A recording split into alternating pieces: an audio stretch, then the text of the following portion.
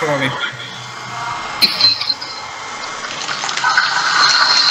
चित्पावन आठवले परिवाराच्या सांस्कृतिक कार्यक्रमामध्ये आपल्या सगळ्यांचं स्वागत.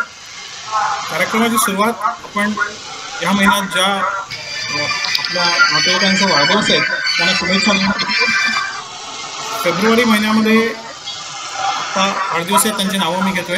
4 फेब्रुवारी मोहन विश्वनाथ रत्नागिरी, 5 फेब्रुवारी अशोक वामन गुहागर, 7 फेब्रुवारी सुयोग श्रीराम पुणे, 8 फेब्रुवारी अरुण बालकृष्ण कल्याण, उदय महादेव गुहागर, 15 फेब्रुवारी मिहिर मिलिंद पुणे, 19 फेब्रुवारी अजित श्रीपाद नागाव, भालचंद्र विठ्ठल मिरज, 20 फेब्रुवारी अनिल महादेव पुणे, 22 फेब्रुवारी देवदत्त चंद्रशेखर खारघर, 23 फेब्रुवारी चित्रा शशिकांत डोंबिवली, वृषाली आठवले माळवणकर पुणे, 24 फेब्रुवारी सुनील भास्कर पुणे आणि 27 फेब्रुवारी बहार शिरीष मुलुंड.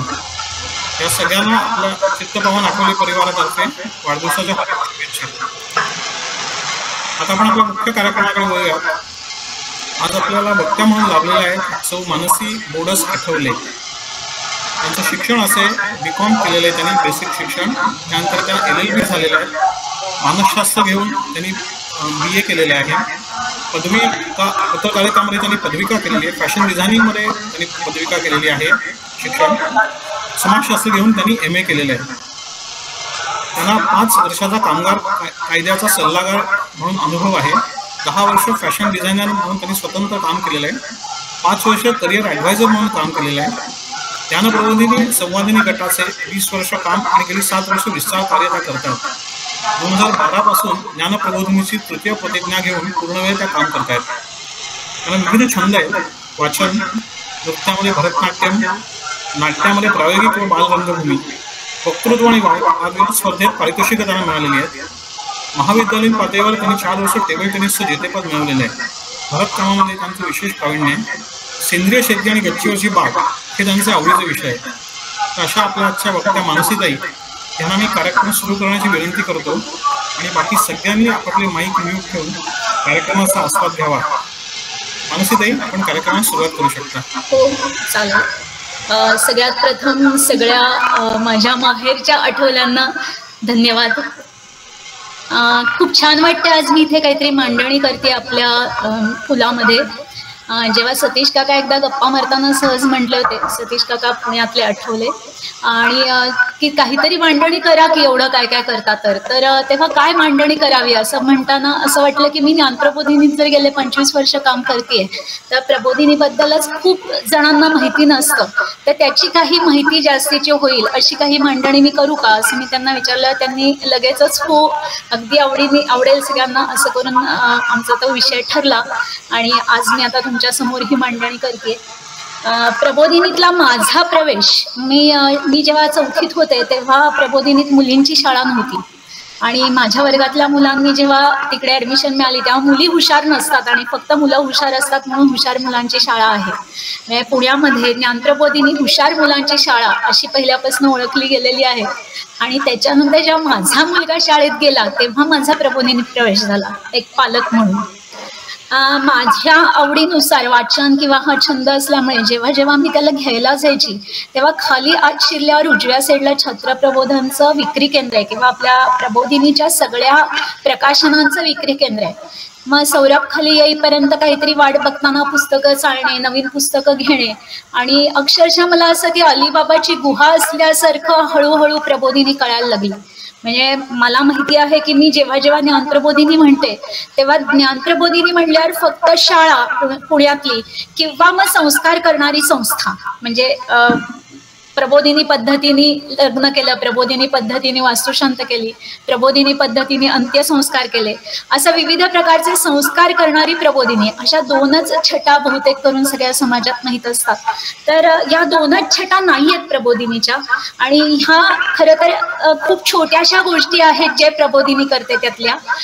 त्याच्यापेक्षा अनेक पटीने मोठ्या गोष्टी प्रबोधिनी आज करत आली आहे. 60 वर्ष पूर्ण झालेली आहेत, रादर 62 वर्ष पूर्ण झालेली आहेत प्रबोधिनीच्या स्थापनेला.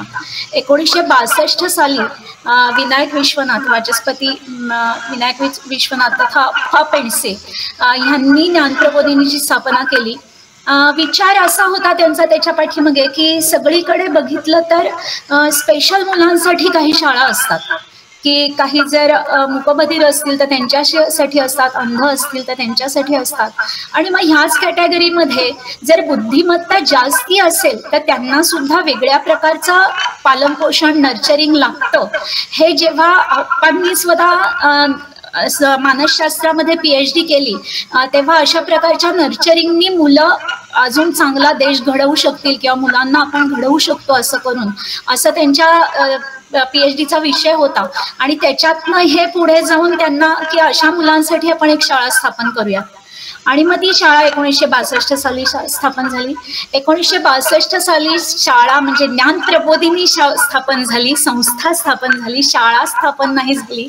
त्याच्यानंतर पुढे 69 साली शाळेची पहिली इमारत सुरू झाली, पण बांधली गेली. पण 62 सालपासून प्रबोध शाळा म्हणजे इतर शाळांमधली निवडक मुलं घेऊन त्यांना जास्तीचे इनपुट देऊन त्यांना अभ्यास आणि इतर सगळ्या गोष्टी शिकवणं हे अप्पा आणि त्यांचे सहकारी हे सगळेजण करत होते ह्या प्रबोध शाळेमध्ये. जेव्हा शाळेसाठी आपण परमिशन मागितली, पुण्याची ज्ञानप्रबोधिनी जी आहे ती CBSE ला ॲफिलिएटेड आहे, आणि जेव्हा त्याची परवानगी मागितली तेव्हा ती परवानगी देताना असा आपल्या ह्याच्यात उल्लेख आहे की ह्या शाळेला जागा नाही, स्वतःची इमारत नाही, प्रयोगशाळा नाहीत, मुलंही नाहीत, शिक्षकही नाहीत, आणि तरीही आम्ही या शाळेला परवानगी देत आहोत. म्हणजे हा एक मोठा विचार जो अप्पांनी तेव्हा मांडलेला होता तो विचारच इतका दूरदृष्टीचा आणि वेगळा होता की त्या विचाराला परवानगी मिळाली की तुम्ही शाळा स्थापन करा. आणि मग प्रबोधिनीची स्थापना झाली. अप्पा पेंडसे स्वतः 84 सालपर्यंत प्रबोधिनीचं पूर्ण वेळ काम करतच होते, त्यांनी स्थापन केलेली होती. त्यांच्याबरोबर त्यांचे सहकारी अनेक की जे अण्णा ताम्हणकर मी ह्याच्यात म्हटलेलं आहे, आता तुम्हाला PPTत दिसत आहे, आपले दुसरे प्रबोधिनीचे संचालक होते. त्यांच्याबरोबर वाना अभ्यंकर म्हणजे भाऊ अभ्यंकर हे नुमवीतले ज्येष्ठ शिक्षक, नंतर असे अनेक जण अप्पांना येऊन सामील झाले होते. आणि अशी ही वेगळ्या प्रकारची वेगळ्या धर्तीची शाळा, एक आगळी वेगळी शाळा असंही म्हणूयात आपण, की जिथे मुलं आली की शाळेतच असायची. म्हणजे आता जेव्हा माझं स्वतःचं पुढे येईलच काय काम असतं ते, तर मी गेले 2021-22 मध्ये पुण्यातल्या ह्या प्रबोधिनीतल्या 51 माजी विद्यार्थ्यांची मुलाखती घेऊन त्याचं एक पुस्तक आम्ही केलेलं आहे, ज्ञानप्रबोधिनी एक परिसर स्पर्श, की वेगवेगळ्या विविध विषय काय म्हणूयात विविध विषयांमध्ये त्यांनी तज्ञता मिळवलेले असे विद्यार्थी किंवा काही तर त्यांच्या ह्याच्यात असं यायचं की आम्हाला तहानभूकच नसायची. काय असेल ते प्रबोधिनी, जेवण खाणं असेल तरी अप्पा बघायचे, काय असेल सकाळी उठवणं असेल, रात्री अभ्यास झोपवणं असेल, काही लागलं पडलं झडलं असेल, हे सगळं अप्पा आमचे केअरटेकर होते. अशी पहिल्या काही 10 बॅचेस होत्या की ज्या संपूर्णपणे अप्पांच्या पालनपोषण आणि नेतृत्वाने सगळ्या वाढलेल्या होत्या. अप्पांनंतर पुढच्या धुरा आली ती अण्णा ताम्हणकर. पुढे मी अजून उल्लेख करीनच त्यांचा. जेव्हा पुण्यात प्रबोधिनी ही नावारूपाला यायला लागली तेव्हा बाहेरही असं वाटायला लागलं की नाही, इकडे पण ज्ञानप्रबोधिनी हवी, आमच्या इथे पण हवी. असं करताना पुण्यानंतर निगडीमध्ये पुढे येईल ते 5 शाळा आपल्या आहेत. तर निगडीमध्ये दुसरी शाळा स्थापन झाली आणि तिसरी शाळा सोलापूरमध्ये स्थापन झाली. सोलापूरमध्ये अवंतिकाबाई केळकर यांची आधीच बाल शिक्षण संस्था होती, बालविकास मंदिर म्हणून, आणि त्यांना असं वाटत होतं की माझ्यानंतर ही शाळेची धुरा कोणीतरी अशा चांगल्या संस्थेने घ्यावी की माझी जी ध्येय धोरणं आहेत तीच राबवली जावी ह्या शाळेत आणि तशीच शाळा पुढे वाढावी. आणि अण्णा इथे पुण्यात असताना त्यांनी सोलापूरला जाऊन ती शाळा सुरू केली. त्याच्यानंतर पुढे हराळीची शाळा सुरू झाली. त्याचं जसजसं मी पुढे जाईन तसतसे एकेकाचा उल्लेख मी करते. प्रबोधिनी स्थापन करताना अप्पांच्या डोळ्यासमोर काय होतं तर रूप पालटू देशाचे, म्हणजे आता ती पिढी होती, जी पिढी आम्ही म्हणजे माझ्यासारखीने पाहिलेलीच नाहीये काही. हे त्यांचे अनुभव ऐकलेले आहेत किंवा आपले आई आजी जे सांगायचे की देशाच्या स्वातंत्र्यासाठी त्यांनी काय केलं आणि देश पुढे चांगला होण्यासाठी काय काय करायला हवं आहे, असे जे त्यांची स्वप्न होती, तर त्याच्यामध्ये ध्येय प्रबोधिनीचं असं ठेवलेलं होतं आप्पांनी. आणि सगळ्यांनाच आता प्रबोधिनीचं ध्येय म्हटलं की रूप पालटू देशाचे. देशामध्ये ज्या ज्या गोष्टी आपल्याला बदलाव्याशा वाटतायत, ज्या ज्या चांगल्या पद्धतीने व्हाव्यात असं वाटतंय, या सगळ्यांचं रूप आपण पालटायचा काही ना काहीतरी प्रयत्न करूयात, असं प्रबोधिनीच्या सगळ्या कामांमध्ये सगळ्यात महत्वाचं असतं की ह्याच्यातनं देशाचं काय रूप पालटणार आहे. पुढे जाऊन जसं मी आता मगाशी म्हटलं की फक्त शिक्षण नाही किंवा फक्त संस्कार नाही, तर अनेकविध म्हणजे आता तर खरं 10 दिशांनी काम चालू आहे, त्यातल्या काही गोष्टी मी आता फक्त मांडीन, कारण अर्धा तास सुद्धा किंवा 40 मिनिटं सुद्धा खूप कमी आहेत. म्हणजे यातल्या प्रत्येक विषयावर एकदा 40 मिनिटं बोलू शकेन एवढं प्रबोधिनीचं संचित आहे आणि एवढं सगळं लोकांपर्यंत खरं तर पोचवायला पाहिजे, पण हळूहळू कधीतरी नक्कीच हे पोचवलं जाईल. शिक्षण, त्याच्यानंतर संशोधन, म्हणजे आप्पा स्वतः वाचस्पती होतेच. त्यांचं असं म्हणणं होतं की आपल्याकडे काम करणाऱ्या प्रत्येकाने कोणतं ना कोणतं तरी संशोधन केलं पाहिजे आणि वाचस्पती पदवी ही प्रत्येक विभाग प्रमुखाने किंवा प्रत्येक केंद्र प्रमुख असू देत, मुख्याध्यापक असू देत, यांनी सगळ्यांनी मिळवली पाहिजे. असं संशोधनावरती भर आणि संशोधन करून मग आपल्याला काम करायचं आहे, नुसतंच समोर दिसेल ते काम करत राहायचं नाहीये, असा त्यातला हेतू होता. मग आणि हे संशोधन आणि शिक्षण कशासाठी असायला हवंय, तर ग्रामीण विकासासाठी. म्हणजे अजूनही आपण बघायला गेलो, मी जेव्हा काम करायला लागले प्रबोधिनीत, मी 99 साली माझ्या मुलाबरोबर आले प्रबोधिनीत आणि त्याच्यानंतर जे जे मला काय काय बघता आलं ते मी बघायला सुरुवात केली किंवा जिथे जिथे त्यांनी चान्स दिला म्हणूयात आपण की तुम्ही येऊ शकता, तसं मी एकदा वेल्ह्याला गेले होते आणि वेल्ह्याला गेल्यानंतर असं लक्षात आलं की मी माझ्यापासून 50 किलोमीटरवर राहणारी एखादी महिला आज काय परिस्थितीत राहते की माझ्या घरात कधीही 24 तास पाणी आहे आणि तिचा मात्र डोक्यावरनं हंडे वाहून पाणी आणायला लागतंय. घरातली सगळी कामं असतातच, ते तर प्रश्न नाही काही, पण बाकीच्या सगळ्या कुठल्याही सोयी सुविधा नसताना ह्या सगळ्या जणी खूप काहीतरी करायला धडपडतात. अशी महिला शक्ती असेल, मग ग्रामीण विकास असेल, की एकच ध्येय ठेवलेलं होतं.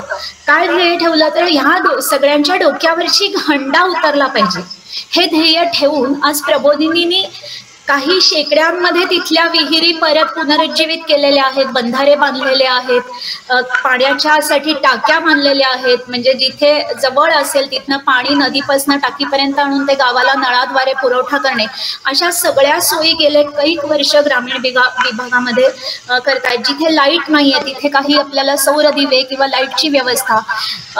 प्रबोधिनीचे माजी विद्यार्थी काय करतात असा एक नेहमी प्रश्न असतो, तर मला ग्रामीणच्या बाबतीत तर अगदी सांगता येईल की ग्रामीण विकासामध्ये आता आहेत त्यातले बरेच प्रबोधिनीचे माजी विद्यार्थी आहेत आणि पुण्यामध्ये पाटणकर नर्सिंग होम अशी एक मोठं हॉस्पिटल आहे आणि त्या वैशालीताई पाटणकर बिनीवाले आता त्या गेले 22 वर्ष सातत्याने जात आहेत वेल्हे भागात, वेल्हेला जातात, आंबवण्याला जातात आणि तिथे गरोदर मातांचं तपासणी असते.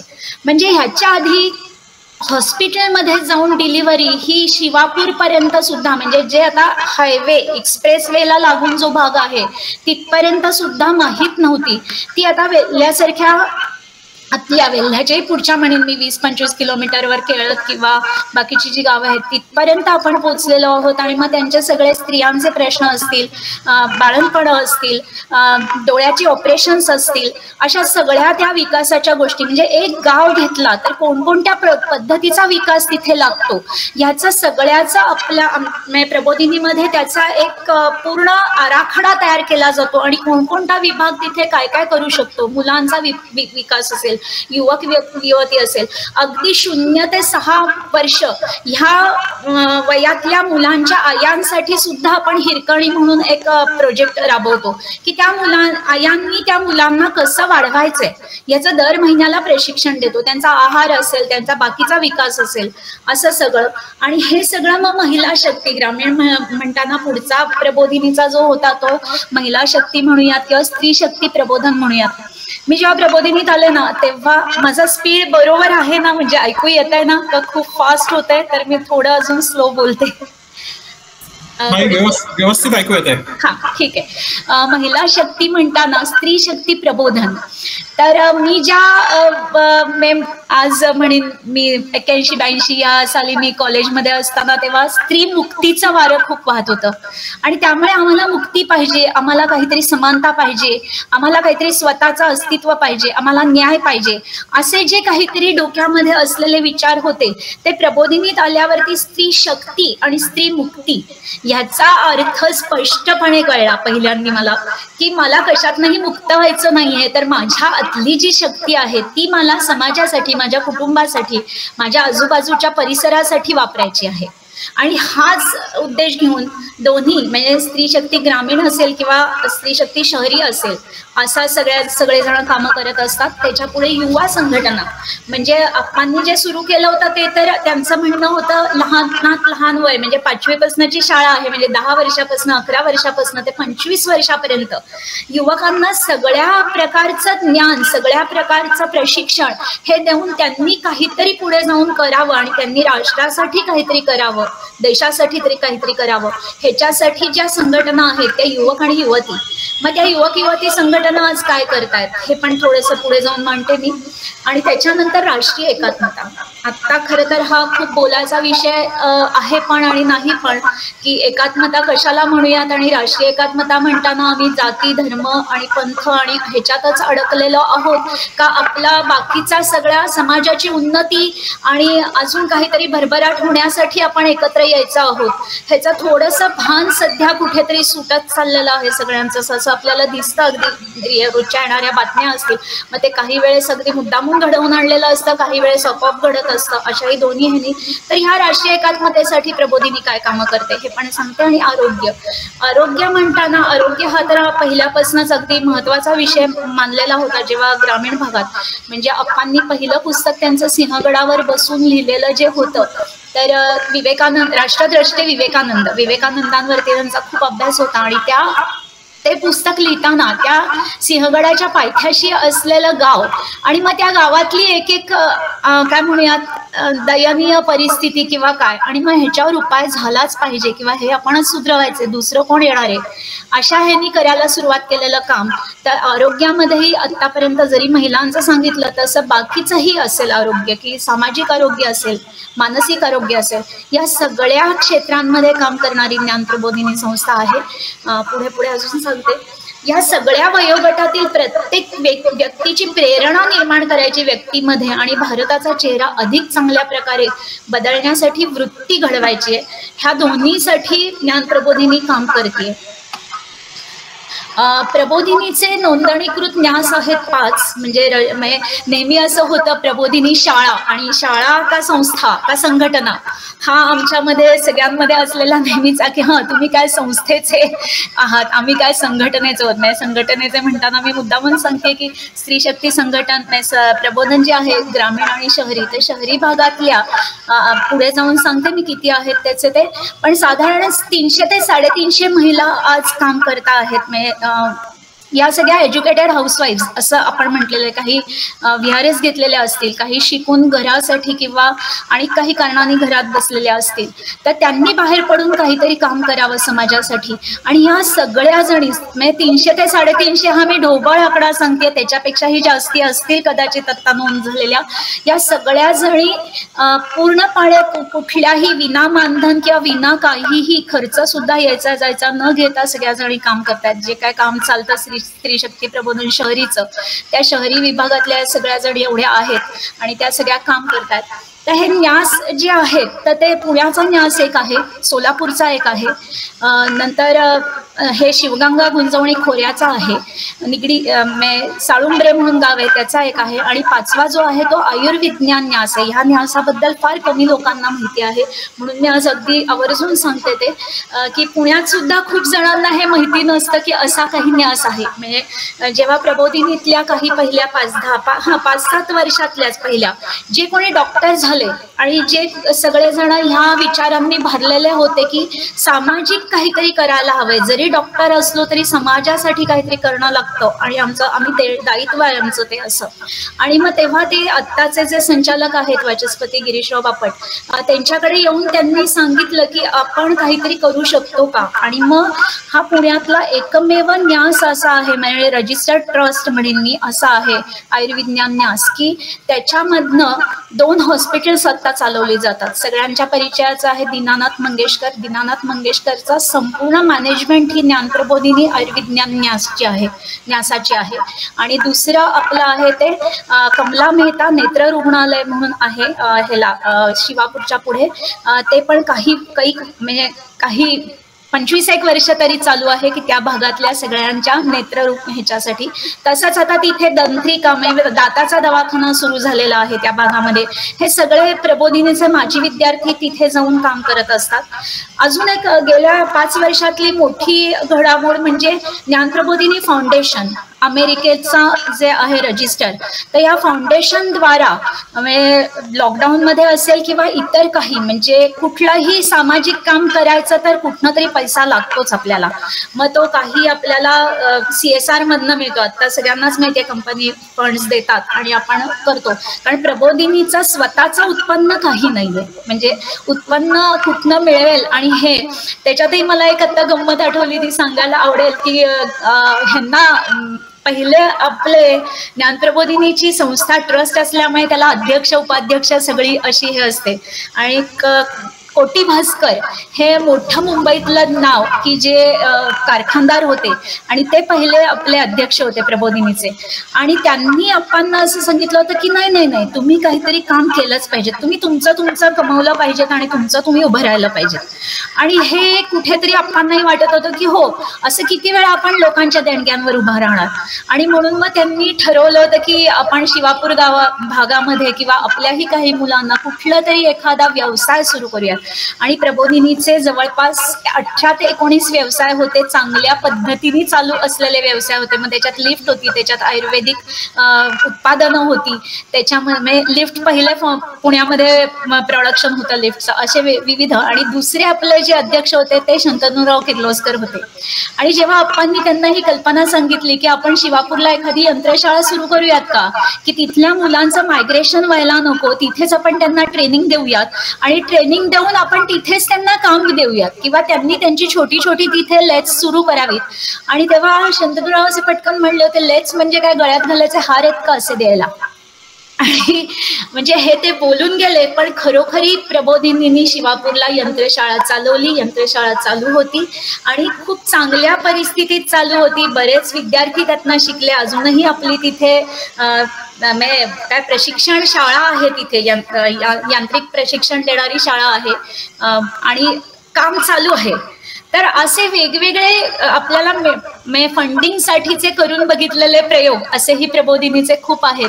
आणि मग आता आपल्याला हे ज्ञानप्रबोधिनी फाउंडेशन हे अमेरिकेमध्ये असणाऱ्या जवळपास म्हणजे 25 वर्षापासून तिथे स्थायिक झालेल्या प्रबोधिनीचे माजी विद्यार्थी सुरोध आणि अजून काही तिथले अशा सगळ्यांचं मिळून हे ज्ञानप्रबोधिनी फाउंडेशन आहे. आणि काहीतरी मोठे प्रकल्प हातात घेऊयात, मोठ्या संख्येने मुलांपर्यंत पोहोचूयात. जास्ती करून मुलांसाठी आणि महिलांसाठी हे काम करतात.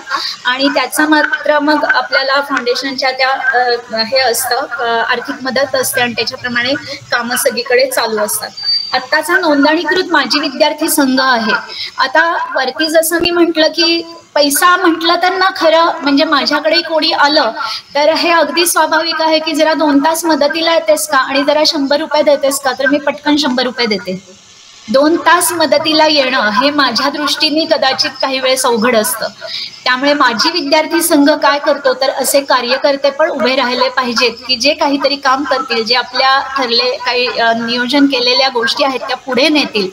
असा आपला एक माझी विद्यार्थी संघ आहे. आणि त्या संघातनंही अनेक विविध प्रकार म्हणजे आपण जे पहिल्यांदा दिलेलं होतं पुढे जाता येईल एक एक थोडंसं सरमिसळ होईल माझं, कारण की त्या ठिकाणी ते वाटतंय हे बरोबर आहे म्हणून की खेळातनं संघटन होतं.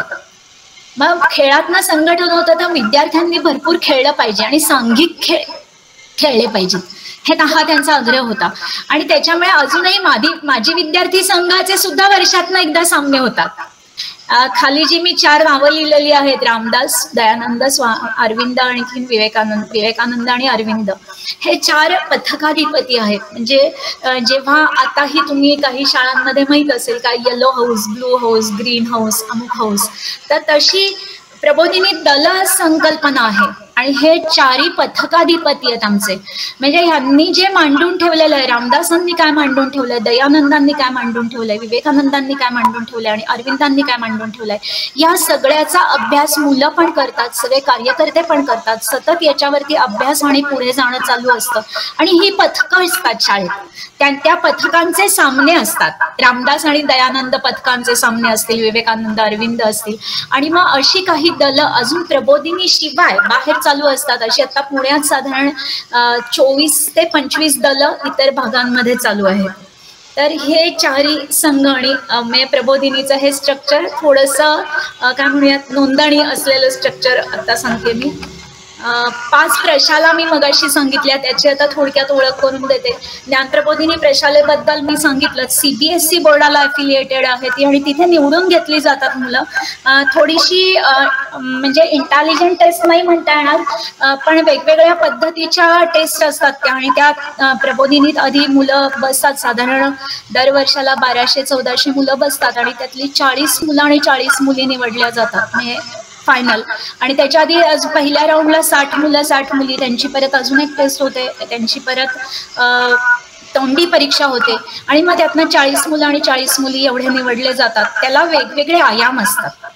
म्हणजे बुद्धिमत्तेचे गिल्बर्टनी बांधलेले आहेत 180 पैलू. त्या 180 पैलूंवरती ह्या सगळ्या टेस्ट आधारित असतात आणि त्या दर काही वर्षांनी अपग्रेड होत असतात. त्याच्यामुळे हा निवडून घेतलेल्या मुलांची शाळा म्हणून जो त्याच्यावरती शिक्का बसलेला आहे तो असाच आहे. आणि तो एक प्रयोग आहे. म्हणजे प्रबोधिनीचे आतापर्यंतच्या सगळ्या ह्या वाटचालींचे अनेक खंड आपण लिहिलेले आहेत आणि त्या खंडाला प्रत्येकाला असंच नाव आहे, ज्ञानप्रबोधिनी एक प्रयोग म्हणून. आणि ते खंड म्हणजे प्रत्येक 10 वर्षाचा असेल, मग 20 असेल, मग संघटन असेल, ग्रामविकसन असेल, स्त्रीशक्ती प्रबोधन असेल, असे वेगवेगळे खंडांमध्ये कामं झालेली मांडून ठेवलेली आहेत. दुसरी शाळा झाली ती नवनगर निगडीला. 82 साली त्यांच्याकडनं एक सारखं शिष्टमंडळ यायचं पुण्यामध्ये अप्पांना भेटायला. आणि आता निगडी प्राधिकरण हे नव्याने सुरू होत आहे, नव्याने डेव्हलप होत आहे. तर तिथे प्रबोधिनीसारखी चांगली शाळा हवी असं त्यांना वाटतंय आणि म्हणून तुम्ही तिथे या. आणि इथनं भाऊ अभ्यंकर, वामनराव अभ्यंकर मगाशी जी मी हे केली, त्यांनी तिथे जाऊन त्या शाळेसाठी अक्षरशः पहिल्या एका 4 पत्र्याच्या खोल्यांमध्ये किंवा पहिले काही वर्ग कोणाकोणाच्या बंगल्यांमधल्या खोल्यांमध्ये, आणि मग असं करत आज तिथे ती 4 एकरवरची शाळा उभी आहे. मोठं पटांगण आणि 2000 विद्यार्थी असलेली शाळा आहे ती मात्र SSC बोर्डाची आहे. त्याच्यात मराठी माध्यम 3 हे आणि गुरुकुल आणि क्रीडाकुल असे 2 वेगळे प्रयोग तिथे चालतात. गुरुकुलमध्ये मुलं 12 तास शाळेत असतात. हे सकाळी 7ला येतात, ती संध्याकाळी 7ला जातात. त्यांचा सगळा अभ्यास, त्यांचा व्यायाम, त्यांचं पाठांतर, त्यांच्या सगळ्या परीक्षा आणि हे सगळं काही असेल ते पंचकोशावर आधारित असतं. ही शाळा म्हणजे प्रबोधिनीच्या प्रत्येक शाळेतच पंचकोश विकसनाचा आग्रह असतोच, म्हणजे सगळे कोश विकसित झालेच पाहिजेत हा आग्रह असतोच. पण गुरुकुलात त्यातल्या त्यात अजून जागरूकतेने हे केलं जातं. क्रीडाकुलामध्ये ज्यांना खेळायचं आहे अशी मुलं तिथे निवडली जातात. तिथे पण निवड प्रक्रिया असते आणि मग ही मुलं राज्य, नॅशनल आणि इंटरनॅशनल या सगळ्या पातळीवर खेळतात. तिथे ती निवासी असतात आणि मग त्यांचं सगळंच तिथे चालतं. म्हणजे त्यांचा वैद्यकीय हे असेल किंवा त्यांचं खाणं पिणं, त्यांचा बाकीचा रोजचा व्यायाम, आहार, विश्रांती सगळंच त्यांचं तिथे लक्षपूर्वक केलं जातं. तिसरी मी सांगितलं तसं अवंतिकाबाई केळकरांनी दिलेली ती शाळा बालविकास मंदिर, ती ही प्री प्रायमरी ते पुढे म्हणजे काय म्हणूया 10वी पर्यंत, आणि तिथे शिशु अध्यापिका केंद्र आहे. अशी ग्राम प्रबोधिनी साळुंब्रे, म्हणजे साळुंब्रे, दारुंब्रे अशी 5 गावं जी आहेत ती अगदी ओवाळून टाकलेली गावं होती निगडीच्या जवळची, की जिथे केवळ वाया गेलेली लोक आणि गुंडागर्दी आणि अशी होती. आणि मग प्रबोधिनी तिथे जाऊन एक शाळा सुरू करायची ठरवली, ती ग्राम प्रबोधिनी साळुंब्रे. ती ग्रामशाळा आहे. तिथल्या मुलांना एक पशु पाळायचा, म्हणजे काहीतरी गाय, म्हैस, बैल, शेळी काही तुम्ही पाळा एक, आणि त्याचं वर्षभराचं तुमचं संगोपन अध्यापन, शाळेतलं शेतीतलं शिक्षण असं त्या शाळेत केलं जातं. 5वी शाळा आहे ती हराळीला आहे उस्मानाबादमध्ये. जेव्हा भूकंप झाला त्याच्यानंतर सोलापूरच्या जवळ असल्यामुळे साहजिकच पहिल्या 2 तासात सगळी मंडळी तिथे पोचलेली होती जिथे जिथे भूकंपग्रस्त होती तिथे. तेव्हा सरकारने असा एक नियम केलेला होता की ज्या गावांमध्ये मनुष्यहानी झाली नाहीये त्या गावाला काहीही मदत मिळणार नाही. आणि मग असं ठरलं की ज्या गावामध्ये मनुष्यहानी झालेली नाहीये तिथे प्रबोधिनी काम करेल. आणि हराळी हे गाव तेव्हा असं होतं की जिथे संपूर्ण नष्ट झालं होतं पण मनुष्यहानी काहीच झालेली नव्हती. आणि त्या गावामध्ये आज 54 एकरावरती आपली शाळा आहे. तिथेही विविध प्रकारे 400 मुलांच्या निवासी शाळा आहेत. बेसिकली ती निवासीच करावी लागली सुरुवातीला कारण की आजूबाजूची येणारी सगळी निराधार मुलंच होती. आणि तिथेही ह्या पद्धतीचं म्हणजे त्या शाळेचं खूपच अजून काय म्हणूया खूप आहे सांगण्यासारखं. केवळ एका व्यक्तीने की जिचं सगळं गेलेलं आहे त्या व्यक्तीने 9 एकर जागा शाळेला दान केली आणि इथे तुम्ही हराळीच्या मुलांसाठी शाळा सुरू करा. आणि आज तिथेही पाड्यांवरती, वस्त्यांवरती, तांड्यांवरती सगळीकडे तिथे आपले प्रकल्प चालू आहेत हराळीच्या आसपास. आणि बाकी शेतीचं संघटन असेल, शेती असेल, असं अनेकविध काम तिथे चालू असतं. ह्याच्या व्यतिरिक्त अंबाजोगाई, डोंबिवली, बोरिवली इथेही विस्तार केंद्र आहेत आणि प्रबोधिनीचे काही उपक्रम तिथे चालतात. त्याचप्रमाणे ठाणे, बदलापूर, भाईंदर, चिपळूण, कराड, वाई असा सगळा ह्या ठिकाणी पण स्त्री शक्ती प्रबोधन असेल, नाहीतर काही विकासिका असतील, मुलांसाठीची कामं असतील, ही चालू असतात. गुरुकुल विस्तार म्हणताना अनेक ठिकाणी गुरुकुलं आहेत आपली मार्गदर्शित. 21 गुरुकुलं एकूण आता सद्यस्थितीत आहेत की इतर ठिकाणी आपण त्यांना मार्गदर्शन करतो. आपल्यासारखंच गुरुकुल तिथे चालावं. आत्ताच नुकतं भाऊंचा 16 तारखेला तृतीय पुण्यतिथी झाली. त्यानिमित्ताने पंचकोश विकसनावरती एक 2 दिवसाची परिषद झाली निगडीमध्ये. जवळपास 250 ते 300 अभ्यासक त्याला आलेले होते. आणि ते गुरुकुल हे कसं होतं आणि कसं चालायला पाहिजे तसं त्याप्रमाणे तो चालू आहे गुरुकुलाचा विस्तार.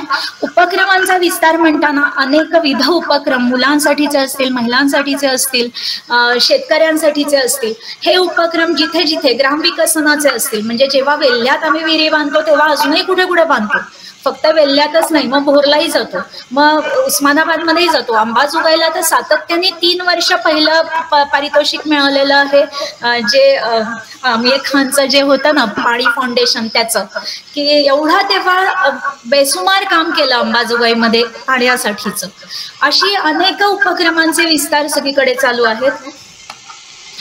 पूरक शिक्षण, आता हे 3 मी मुद्दामच सांगेन की जसं प्रबोधिनीला अजून शाळा नाही का वाढवता येणार, 50 शाळा 100 शाळा नाही का करता येणार, करता येतील, पण त्याच्या मॅनेजमेंटमध्ये अडकायचं नाहीये. आपलं ध्येय आहे ते व्यक्ती विकास आहे. म्हणजे मुलांपर्यंत आपल्याला पोचायचंय, मुलांना आपल्याला शिकवायचंय आणि चांगलं घडवायचंय. आणि मग अशा अनेक शाळांमध्ये आपली प्रशिक्षण चालतात. शिक्षकांसाठी म्हणजे शिक्षक प्रशिक्षण केंद्र असं एक स्वतंत्र केंद्र प्रबोधिनीत आहे.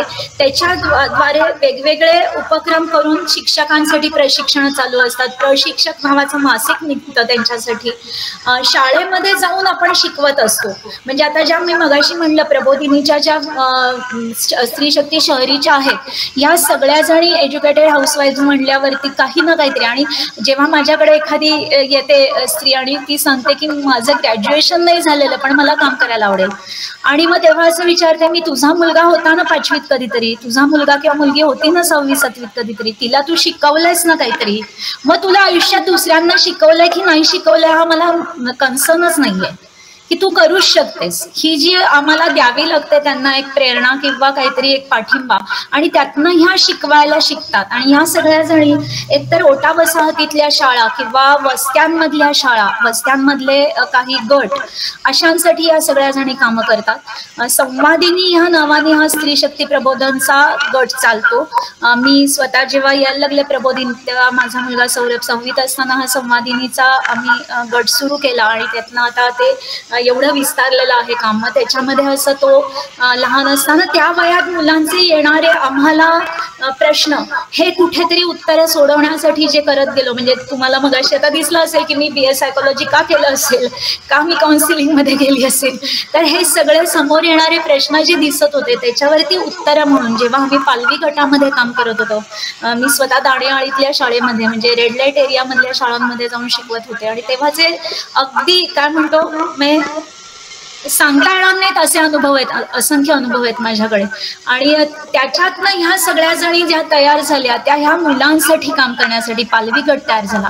मग लक्षात आलं की मुलांना साधारण 7वी-8वीतल्या मुलींना आया पटकन अटॅच होतात किंवा आया पटकन बोलतात, मुली आयांशी बोलतात, पण मुलं नाही बोलत. मग मुलं आयांशी नाही बोलत आणि वडिलांशी नाही बोलत आणि त्यांचे प्रश्न त्यांच्या मार्गाने ते सोडवायला प्रयत्न करतात.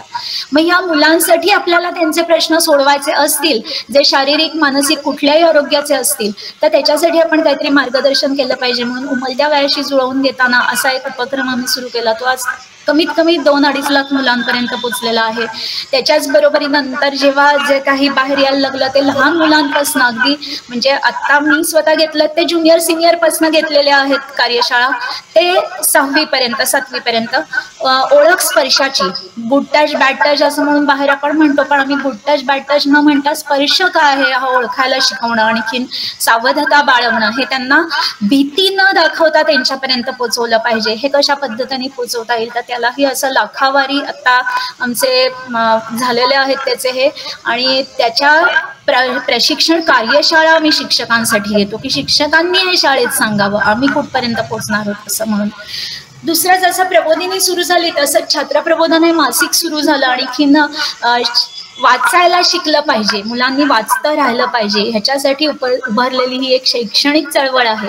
आणि या छात्र प्रबोधनमध्ये विविध प्रकारचे उपक्रम येतात, मुलांसाठीच्या स्पर्धा असतात, वाचनीय गोष्टी असतात, चालू घडामोडींवरती काहीतरी मार्गदर्शन असतं आणि त्यांचे सतत मेळावे होत असतात, त्यांच्यातनं प्रशिक्षण वर्ग असतात, सुट्टीतले उपक्रम असतात, असे अनेकविध उपक्रम छात्र प्रबोधनचे असतात.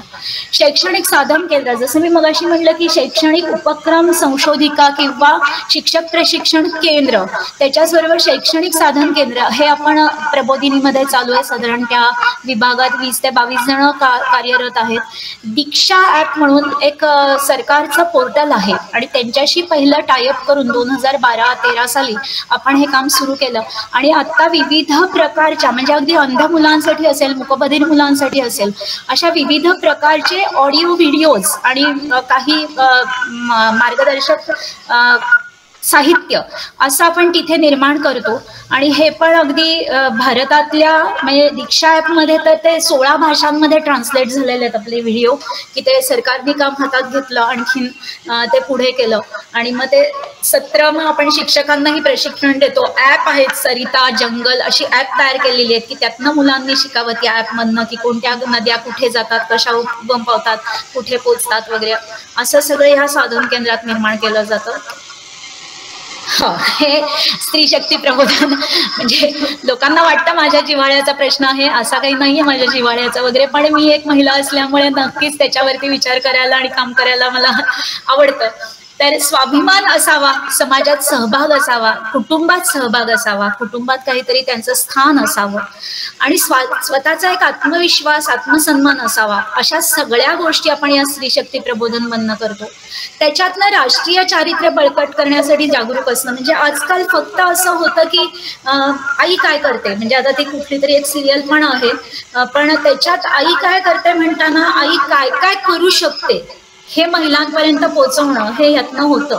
की घरातली एक महिला असेल तर नुसतं ज्ञान कौशल्य वृत्ती नाही, समानता नाही, संपूरकता पाहिजे, अशा सगळ्या गोष्टी यातनं पोहोचवतो. ग्रामीण भागामध्ये हे आपण काम सुरू केलं तेव्हा कशा येतील या महिला, तर पहिला बचत गट सुरू केला. तिथे पहिला बचत गट 10 रुपयाचा होता आणि त्याला सुद्धा महिला यायच्या नाहीत, 10 रुपये सुद्धा त्यांच्याकडे नव्हते. हे 1992 सालची गोष्ट आहे. आणि मग काय करूयात, किती कमीत कमी, मग 2 रुपये 5 रुपये 10 रुपये करत त्या 10 रुपये द्यायला लागले. आणि आज त्यांचे गट हजार रुपयाचे आहेत. आपले 300 गट आहेत वेल्हे परिसरामध्ये आणि ह्या सगळ्या 300 गटातनं साधारण 4000 जणी प्रबोधिनीला जोडल्या गेलेल्या आहेत. म्हणजे जेव्हा ह्या स्त्री शक्ती ग्रामीणचा द्विदशक पूर्ती आम्ही साजरी केली तेव्हा या महिलांनीच त्यांचा ठरवून एक मोठा मेळावा केला आणि त्याच्यासाठी जवळपास 2500 महिला सगळीकडनं स्वखर्चाने आलेल्या होत्या. कार्यालय मिळवण्यापासून सगळं त्यांनी केलं. म्हणजे असं सांगताना स्वतःही आपण अमावास्येला केलं तर चालेल का, म्हणलं काय हरकत आहे. नाही, अमावास्येला कार्यालय रिकामं मिळतं. आमच्या इथलं कार्यालय त्याची कपॅसिटी 2000 आहे, मग आपण तिथे बोलवूयात का सगळ्यांना. हे सगळं ते गावोगाव शिधा गोळा करण्यापासून, म्हणजे गावातल्या महिलेला स्वतःच्याकडे पैसा असल्यावरती काय मान मिळू शकतो हे आम्ही डोळ्यांनी पाहिलेलं आहे. जेव्हा ती कुठेही नव्हती आणि जेव्हा तिला फक्त तिचं काम करून रात्री यायला रात्रीच्या निवासी बैठका घेतल्या जायच्या ह्या बचत गटांच्या, ते आज त्या दिवसा सुद्धा, म्हणजे आत्ताच मला अगदी सांगायला छान वाटेल की ह्या 28 तारखेला विज्ञान दिनानिमित्त एका शाळेमध्ये विचारलं गेलं मला असं की ताई आम्ही प्री प्रायमरीची स्पर्धा घेतोय तर तुमच्याकडनं काही जणी आम्हाला अपेक्षित आहेत परीक्षक म्हणून, तर किती हव्यात, तर 20 जणी हव्यात. आणि ह्या ग्रामीण मधल्या 5 जणींनी मला नावं दिली आहेत की ताई मला आवडेल इथे परीक्षक म्हणून यायला. का तर त्या गटांमध्ये कामं करतायत, त्यांना तो आत्मविश्वास आलेला आहे. त्या हिरकणी सारख्या प्रकल्पामध्ये त्या प्रशिक्षण देत आहेत आणि इथपर्यंत आज त्यांचं पुढे. आणि क्रायटेरियाही आम्ही सुरुवातीलाच ठरवून दिलेले होते त्यांना की तुम्हाला जर त्यातनं कर्ज घ्यायचं असेल तर कशाला, तर पहिली प्रायोरिटी असेल तुमच्या घर बांधायचंय, दुसरी असेल मुलीचं शिक्षण आहे आणि नवऱ्याला वगैरे ही सगळ्यात शेवटची प्रायोरिटी आहे. गाडी घ्यायची असेल तर तुझ्या नावावर गाडी असेल तरच तुला गटातनं कर्ज मिळेल, मग तुझं लायसन्स पाहिजे. इथपासनं त्यांना जे काय काय करत ते 2014 साली त्यातल्या 28 जणींना आम्ही दिल्लीला घेऊन गेलो होतो, दिल्ली बघायला. इथपर्यंत त्यांची वाटचाल आतापर्यंत झालेली आहे. संशोधन हा मी म्हणलं तसा पायाभूत विषय आहे. किती वेळ आहे बघते, 1 मिनिट, 5-7 मिनिटात संपवते. संशोधनामध्ये 3 प्रकारची संशोधनं प्रबोधिनीत चाललेली असतात. प्रज्ञामानस संशोधिका ही सगळीकडे माहिती आहे आणि तिथे विविध प्रकारची मानसशास्त्रातली संशोधन चालू असतात. आज जवळपास 40 संशोधिका तिथे संशोधिका तिथे काम करतात.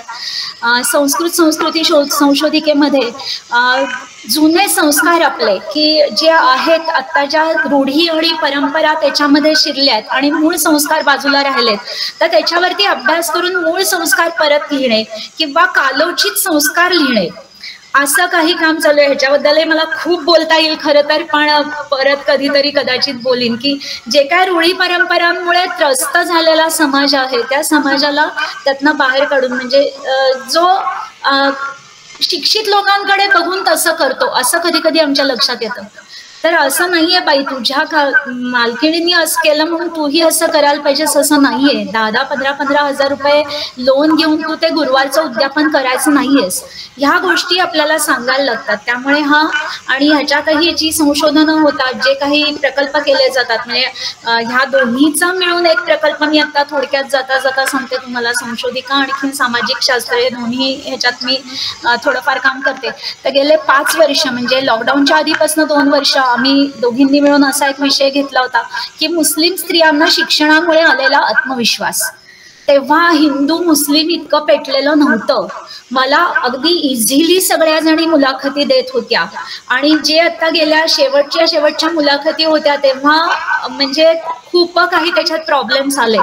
पण आमचा केवळ शैक्षणिक हे होतं, आम्हाला शिक्षणामुळे तुम्हाला काय तुमच्या घरात फरक पडतो आहे, तुमच्या स्वतःच्या अपब्रिंगिंगमध्ये काय फरक पडलेला आहे, असा सगळा तो आमचा संशोधनाचा विषय होता आणि तो आमचा प्रकल्प पूर्ण झाला. असे विविध प्रकारचे प्रकल्प, लग्न असतील, अंत्यविधीचे काही प्रकार असतील, विविध ठिकाणचे, वेगवेगळ्या राज्यांमधले, वेगवेगळ्या देशांमधले, इतर देशातले संशोधकही आपल्या इथे येतात या पद्धतीचं संशोधन करायला आणि असं संस्कृती संशोधन चालू असतं.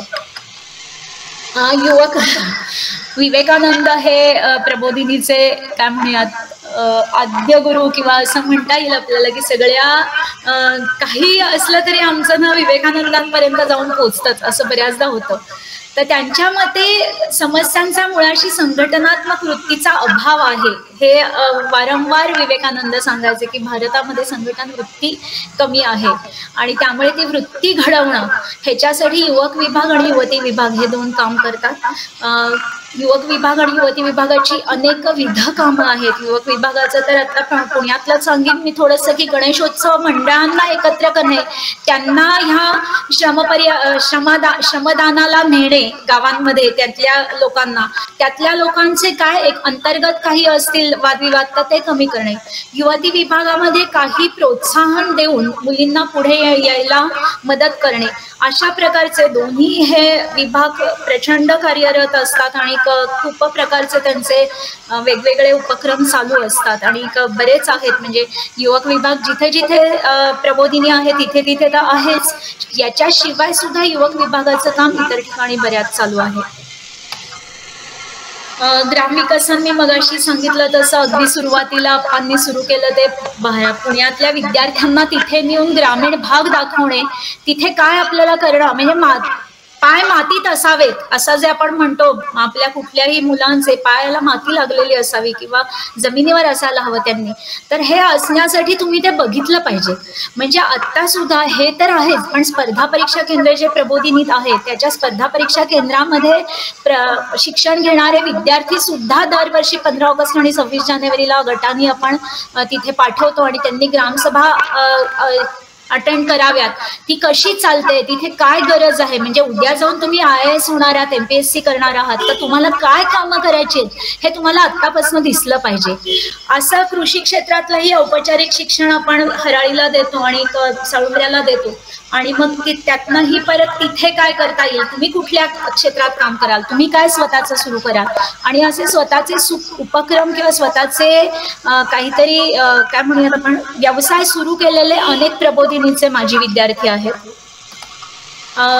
1981 ते 1981 ते 2003 ह्या कालावधीमध्ये संपूर्ण वेल्हे परिसर म्हणजे शिवगंगा गुंजवणी खोरं म्हणतो आपण, इथला कुष्ठरोग पूर्ण निर्मूलन झाला. त्याच्याबरोबर हे पुढचं मगाशी मी सांगितलं ते निर्दूर चुल आजच्याच ॲग्रोवनला सुवर्णाताई गोखलांचा लेख आहे, हे आम्ही प्रयोग करून बघितला संपदातर्फे आता की निर्दूर चुली दिल्यानंतर त्यांच्या आरोग्यावरचा परिणाम काय असतो.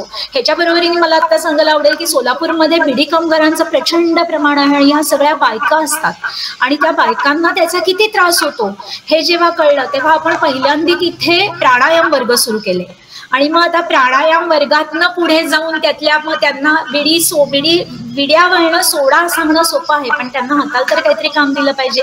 मग आपण कापडी पिशव्या शिवायला शिकवल्या, नंतर कागदी पिशव्या. एका युवकाने तो स्वतःचा व्यवसाय सुरू केला आणि आज त्याचं लाखांवारी उत्पन्न आहे. पुण्यातल्या लक्ष्मी रोडच्या अनेक लोकांना कागदी त्यांच्या पिशव्या आणखीन कापडी पिशव्या हा उद्योग पुरवतो आहे. असा त्यांना म्हणजे नुसतं सांगून उपयोग नसतो, हे करू नका हे वाईट आहे, त्यांना काहीतरी इन्कम तर पाहिजे ना त्यातनं जे मिळत होतं ते. आणि आता असं बिड्या वळणं सोडणाऱ्या खूप जणी त्या गटांमध्ये आहेत.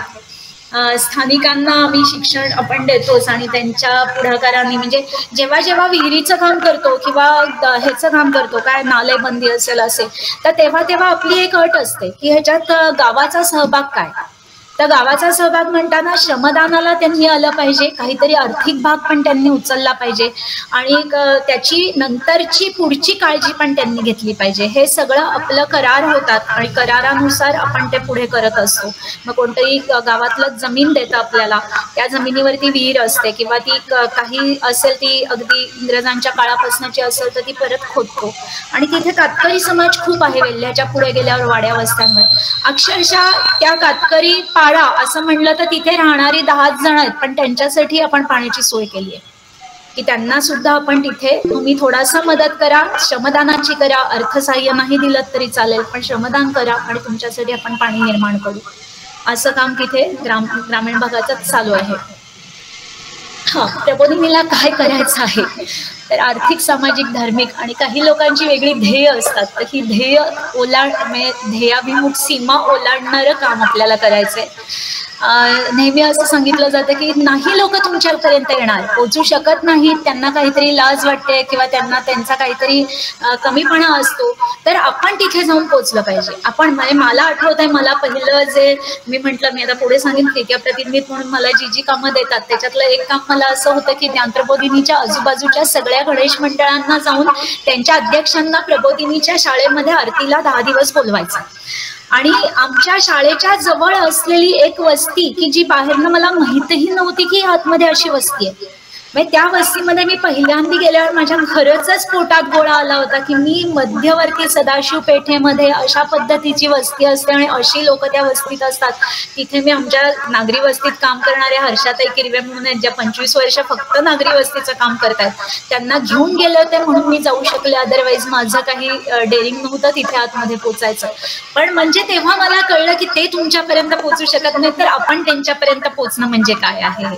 किंवा विविध समाज गटांमध्ये संवाद सुरू करणे हे पण महत्वाचं काम आहे आणि तेही करत असतो. पुढे जाऊन संघटनांचं संघटन हे सांगताना मला आवडेल सांगायला, विवेकानंद केंद्राबरोबर आपण अरुणाचलमध्ये बरंच काम करतो, आताही चालू आहे. ज्ञानसेतू असेल, विवेक इन्स्पायर असेल, की अरुणाचलमधल्या जेवढ्या शाळा आहेत तेवढ्या शाळांमध्ये आपण सगळी ही प्रशिक्षण मुलांसाठी 5 वर्ष केली, आता शिक्षकांसाठी करतो आहोत. त्याचप्रमाणे काश्मीरमध्ये केलेली आहेत आत्ताची सगळी शेवटची प्रशिक्षणं, लेह लडाख मध्ये केलेली आहेत. असा सीमावर्ती भागामध्ये सगळीकडे आपली इतर संघटनांच्या बरोबर काही कामं करणं चालू आहे. साऊथकडे बऱ्याच संघटना आहेत की त्यांच्या शाळा असतात, एक 5-6 शाळा आहेत, आमच्या सगळ्या शाळांमधल्या शिक्षकांसाठी प्रशिक्षण घ्यायचं आहे, तर ते संघटन करणं, ते प्रशिक्षण घेणं, असंही काम प्रबोधिनीतनं केलं जातं. देशाच्या सर्व भागात आत्ता ती पोचतीये प्रबोधिनी, म्हणजे आत्ता तरी असं मी म्हणू शकेन की you name it and we said it, म्हणजे तुम्ही सांगा आणि आम्ही सांगतो की तिथे आम्ही आतापर्यंत काय काम केलंय वगैरे. असं नागरी वस्त्यांपासून ते सीमावर्ती राज्यांमध्ये काम चालू आहे. विज्ञान प्रयोग कार्यशाळा आहेत, अटल टिंकरिंग लॅब आहेत, नंतर स्पर्धा परीक्षांसाठी ऑनलाईन मार्गदर्शन आहे आणि व्यक्तिमत्व वैयक्तिकरित्या किंवा राष्ट्रीय एकात्मतेच्या उद्देशाने व्यक्तिमत्व विकसन कार्यशाळा, या सगळ्यात एक मी तुम्हाला महत्त्वाचं सांगायचं राहिलेलं आहे की आपण विद्याव्रत संस्कार हा एक संस्कार घेतो की जो पूर्वी फक्त काही एका काय म्हणूया समाजापुरता सीमित होता, म्हणजे आपण म्हणतो त्याला मौजी बंधन. तर हे विद्याव्रत असं आहे की ह्याला धर्म, जाती, पंथ कशाचंही बंधन नाही, पण मुलांनी 12व्या वर्षापासून 25व्या वर्षापर्यंत ब्रह्मचारी राहून मी शिक्षण घेईन अशी ती घ्यायची प्रतिज्ञा असते. आणि त्याच्यासाठी आपण त्याची आधी पूर्वतयारी करतो, ती पंचकोश विकसनाची करतो. मग शारीरिक विकसन असेल, मानसिक, बौद्धिक, आत्मिक आणि सामाजिक अशी सगळी विकसनं त्याला वर्षभरात आपण त्याला त्याची व्याख्यान, त्याचे काही कृती कार्यक्रम असं करून देतो. आणि मग 8वीत असताना मुलं स्वतःचे संकल्प करतात की मी काय करायचं ठरवलंय, मी पुढे जाऊन कोण होणार आहे किंवा मला काय काय करायचं आहे, हे ते स्वतः ते संकल्प सांगतात पुढे येऊन. आणि असं आपण विद्याव्रत, त्याच्या पुढे युवक विभाग आणि युवती विभागासाठी 25व्या वर्षानंतर वीरव्रत, म्हणजे साधारण 20व्याच म्हणतो आपण, कारण ग्रॅज्युएशन 20व्याला होतं. वीरव्रत म्हणजे मी काहीतरी एखादं मोठं काम करायचं ठरवणारे, काहीतरी वीरत्व दाखवणारे असं ते व्रत. आणि मग त्याच्यासाठी एक वेगळ्या प्रकारची म्हणजे नेतृत्व असेल, नेतृत्वाची पायाभरणी तिथे करावी लागते. तर तसं नेतृत्व संवर्धन केंद्र पूर्ण प्रबोधिनीमध्ये स्वतंत्र आहे. असं वेगवेगळ्या गोष्टी आतापर्यंत तिथे चालू आहेत. कार्यकर्ता प्रशिक्षण म्हणताना मी मगाशी तुम्हाला म्हटलं की एवढे कार्यकर्ते आहेत, म्हणजे आता मी फक्त स्त्री शक्ती ह्याचेच सांगितलंय तुम्हाला की काय शहरीतले, तर मग त्यांच्यापर्यंत काय काय पोहोचवतो आपण, स्टेप बाय स्टेप पोहोचवतो. पण ध्येय काय आहे प्रबोधिनीची, धोरणं काय आहेत, तुमचं व्यक्तिमत्व कसं असलं पाहिजे. नंतर तत्व सप्तक हे प्रबोधिनीचं आहे आदर्श की ज्या 7 ह्याच्यावरती प्रबोधिनीचं सगळं काम चालतं, ते सप्तक आहे, ते माहीत असलं पाहिजे. प्रबोधिनीमध्ये 1992 पासून एक आपण नवीन हे सुरू केलं की दर 10 वर्षाचा आम्ही भवितव्य लेख लिहितो. आणि दर 10 वर्षात मी पुढच्या 10 वर्षात काय करणार आहे हे प्रत्येक व्यक्तीने स्वतःचं, माझ्या गटाचं, माझ्या विभागाचं, माझ्या केंद्राचं आणि पूर्ण प्रबोधिनीचं असा आत्ताचा हा 4था भवितव्य लेख आहे. नाही, पहिला 20 वर्षाचा होता, त्यामुळे हा 3रा भवितव्य लेख आहे. आणि हा भवितव्य लेख आत्ता 350 पानी आहे. आणि ह्याच्यामध्ये सुमारे 250 ते 250 ज्येष्ठ कार्यकर्ते सहभागी होते, ज्यांनी हा भवितव्य लेख लिहिलेला आहे. मग त्याच्यामध्ये उपक्रम सुरू करताना आधी त्याचं चिंतन होतं, तिथपासनं ते लोक चळवळ किंवा शासकीय धोरणात समावेश. आता नॅशनल एज्युकेशनल हे आलेली आहे, नवीन शैक्षणिक धोरण जे आलेलं आहे त्या धोरणामध्ये आपण जवळपास 80 ते 90 पानी सगळ्या आपल्या सूचना पाठवलेल्या होत्या. आणि हे का शक्य झालं तर आपल्या आत्ताचे अध्यक्ष आहेत माशेलकर, रघुनाथ माशेलकर, आणि उपाध्यक्ष आहेत विजय केळकर. हे दोघंही जण शिक्षणावरती भर देणारे आहेत आणि दोघांचंही असं म्हणणं होतं की प्रबोधिनीकडे जे संचित आहे ते शासनापर्यंत पोहोचलं पाहिजे, त्याच्यामुळे तुम्ही हे केलंच पाहिजे. आणि मग ते विविध पद्धतीने आपण काय काय कामं करतो ती कशी आपल्याला या एज्युकेशनल सिस्टीममध्ये राबवता येतील असा एक तुम्ही सगळं आहे द्या. आणि तो 80 पानी आपण त्यांना दिल्या होत्या आणि त्यातल्या काही अनेक गोष्टी ह्या आपल्या आत्ताच्या राष्ट्रीय शिक्षण धोरणात घेतलेल्या आहेत. प्लस आत्ताचे ज्ञानप्रबोधिनी पुणेचे जे मुख्याध्यापक आहेत, प्राचार्य आहेत मिलिंद नाईक, ते त्या कमिटीवरती आहेत. अशा बऱ्याच नॅशनल लेवलच्या राष्ट्रीय पातळीच्या कमिट्यांवरती प्रबोधिनीतले अनेक जण काम करतात. मी स्वतः 2010 पासून पूर्ण वेळ काम करते. त्याच्या आधी मी अर्धा वेळ वगैरे, कारण आधी तुम्ही ऐकलं असेल की मी माझे वकिलीचाही आधी मी सरांबरोबर करत होते, मग माझं फॅशन डिझायनिंग होतं आणि माझ्या मुलाचं ग्रॅज्युएशन जेव्हा झालं तेव्हा मी पूर्ण वेळ काम करायचं ठरवलं. हे कुठेतरी लहान असताना माझ्या डोक्यात होतं की काही आपल्याला जर गरज नसेल ना पैसे कमवायची किंवा काही करायची तर आपण सामाजिक काम काहीतरी केलं पाहिजे. कदाचित वाचनात नसेल, कदाचित देवळांमध्ये कीर्तनं आजीबरोबर ऐकली असतील त्याच्यामुळे असेल, पण हे कुठेतरी डोक्यात होतं की एका वयानंतर आपण आता म्हणू शकत नाही आपण वानप्रस्थाश्रम म्हणून कुठेतरी निघून जाऊ शकत नाही. तर वानप्रस्थाश्रम म्हणजे माझ्या संसारातनं मी निवृत्त होणे काही प्रमाणात, आणि त्यात तो वेळ मी माझ्या काहीतरी समाजासाठी घालवणे हा विचार आमच्या घरात आमच्या सगळ्यांचा सारखा होता. म्हणजे मला त्याच्यात घरातनं पूर्ण पाठिंबा होता हे करायला.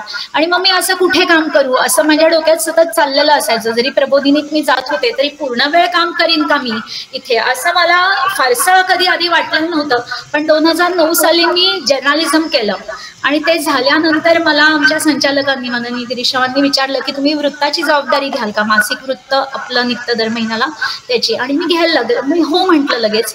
आणि ती घेतल्यावरती मला खरं तर हे जास्ती विश्वरूप दर्शन किंवा काय झालं आणि किती कामाची गरज आहे. आणि त्याच्या आधी मला असं वाटायचं की बाबा आमटे किंवा सिंधुताई सपकाळ ह्यांच्यासारखं काम म्हणजे सामाजिक काम, पण तसं नसून मी बॅक ऑफिसला जे काम करते हे सुद्धा सामाजिक काम आहे हे कुठेतरी मला पचायला लागलं तेव्हा.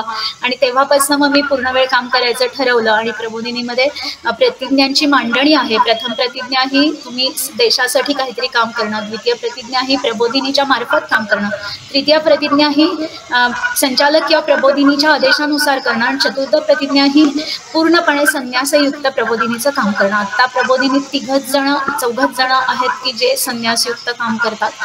आणि मी स्वतः जेव्हा विचार करून प्रबोधिनीत काम करायचं ठरवलं तेव्हा माझ्या डोक्यामध्ये जे होत्या गोष्टी त्या 3 होत्या की आध्यात्मिक पाया आहे. प्रबोधिनीने उपासनेला अतिशय महत्त्व दिलेलं आहे. तुमची प्रार्थना असेल, उपासना असेल, ध्यान असेल, वेगवेगळ्या प्रकारचा अभ्यास असेल, हे सगळ्यात महत्त्वाचं आहे. त्याच्यानंतर आर्थिक शुचिता आहे. एकाही रुपयाचं मी एवढ्या वर्षांमध्ये कुठेही कोणाचाही पाहिलेलं नाहीये की काही गडबड झालेली किंवा काही झालेलं. आणि बौद्धिक काम आहे की म्हणजे फक्त बाबा ये आणि कर आणि सतरांच्या उचल आणि मग आता पाणी भर हे असलं काम नाहीये. तर मला काहीतरी रोज विचार करायला लागतो की मी ह्या पुढच्या सगळ्यांबरोबर काम करायचंय तर ह्याच्याबरोबर काम करताना मला काय अभ्यास केला पाहिजे, मला काय करायला लागणार आहे आधी, ह्या सगळ्यात माझ्यासाठी महत्त्वाच्या होत्या. आणि त्याच्यामुळे मी प्रबोधिनीत करते आहे 2010 पासून पूर्ण वेळ काम. आता माझी तृतीय प्रतिज्ञा 3ऱ्यांदा 5 वर्षाची चालू आहे आणि अतिशय समाधानाने आणि छान आनंदाने माझं काम चालू आहे. खूप वेळ तुमचा घेऊन मी ऐकवलंय सगळं, पण शांतपणे ऐकल्याबद्दल धन्यवाद. कोणीही मला कधीही याच्याबद्दल काही प्रश्न असतील तर संपर्क करू शकता, काहीच प्रश्न नाही. मी थांबते, झालंय माझं बोलणं. नमस्कार. हा बोला. बोलतोय. नमस्कार, मी अनिल महादेव, आपल्या फाउंडेशनचा अध्यक्ष. हा. आणि तुम्हाला विचारायचं होतं की तुम्ही मोहन गुजराती हो किंवा ओळखता का? हो व्यवस्थित तेही ओळखतात मला आणि मीही. अच्छा, बरं. माझे म्हणतात आणि दुसरे दोघे ते तुमचे काय? मोहन गुजराती, नवी गुजराती, राम डिंबळे अच्छा, रामभाऊ. हो, हे सगळे माझे ज्येष्ठ मार्गदर्शक आहेत. रामभाऊ असतील, यशवंतराव असतील, मोहनराव असतील, नंदुताई, उषाताई, सगळेजण त्यांच्या सगळ्यांची मार्गदर्शन. माझे खूप जवळचे मित्र आहेत माझ्या. अच्छा, बर बर बर. नमस्कार ताई. एकदा तुमचा चेहरा दिसू द्या ना. हो हो, एक मिनिट, मी जरा हे बंद करते. बघायला लागेल कसं होते.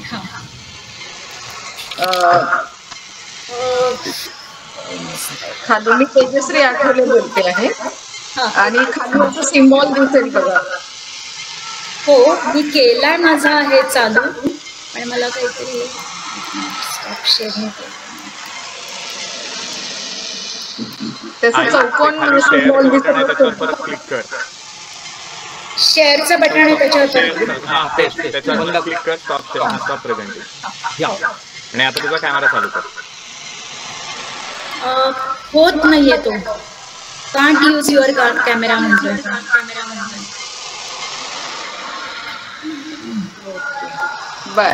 मी खरं तर अलाव केलं होतं. तू फोनवरनं पण जॉईन केलंयस का? नाही नाही, फोनवरनं नाही जॉईन केलेलं. मी अलाव केलं होतं सुरुवातीला. म्हणजे आम्ही ट्राय कर. बघते. क्लोज अदर ऍप्स म्हणतोय तो, पण म्हणजे अदर ऍप्स बंदच आहेत. ठीक आहे, तुमची अडचण होत असेल तर असू द्या. नाही तर इथं फोनवरनं जॉईन कर आणि मग हा कॉल बंद कर. हो ठीक आहे, व्हिडिओ पण येईल.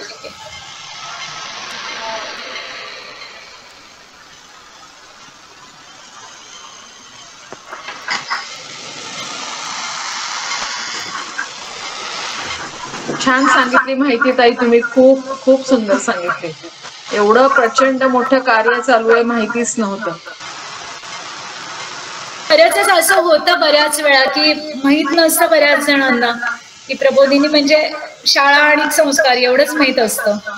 आणि प्रबोधिनीमध्ये हे अंत्यसंस्काराचं पण आहे तेवढंच माहिती होतं. हो, त्याच्याबद्दल नाही, 16 संस्कार करतो आपण सगळे. Okay okay. अगदी डोहातपुरती म्हणजे डोहाळ जेवण हा पण एक संस्कार आहे त्याच्यात लिहिलेला. ओके. म्हणजे जन्मापासून ते अंत्य संस्कार याच्यापर्यंतचे जे 16 संस्कार असतात ते सगळे प्रबोधिनीतर्फे केले जातात. बरं, पुण्यात कधी आलं तर नक्की भेट घ्यायला आवडेल. हो, अगदी अगदी.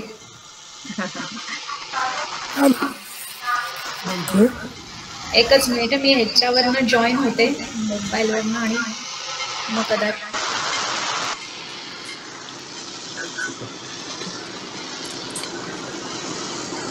तुम्हाला मला ऍड करायला लागेल. मी करतो. हा,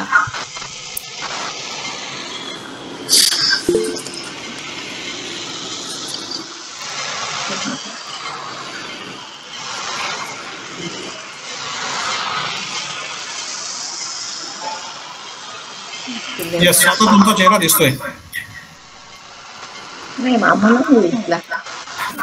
हरिभाऊ प्रश्न विचारताय. बोला हरिभाऊ, बोला.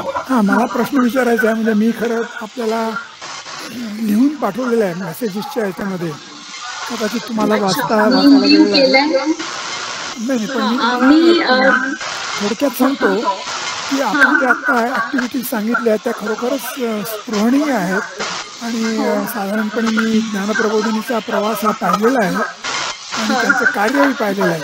पण मला ऑर्गनायझेशन म्हणून या संस्थेचं जाणून घ्यायची इच्छा आहे की या सगळ्या एवढ्या मल्टीफेरियस ॲक्टिव्हिटीज चालू असताना त्याचा कुठून कंट्रोल केला जातो, त्याचा कसा आहे कंट्रोल, आणि हाऊ वन इज आन्सर. आणि ह्यातल्या काही गोष्टी या सब्जेक्टिव्ह आहेत, काही गोष्टी या ऑब्जेक्टिव्ह आहेत, काही गोष्टी यू कॅन क्वांटिफाय, काही गोष्टी यू कॅन नॉट क्वांटिफाय. आता तुम्ही जे सांगितलं संस्कार, यू कॅन क्वांटिफाय, पण ज्या क्वांटिफाय होऊ शकतात त्याचं मॉनिटरिंग, त्याचं कंट्रोल हा कसा केला जातो?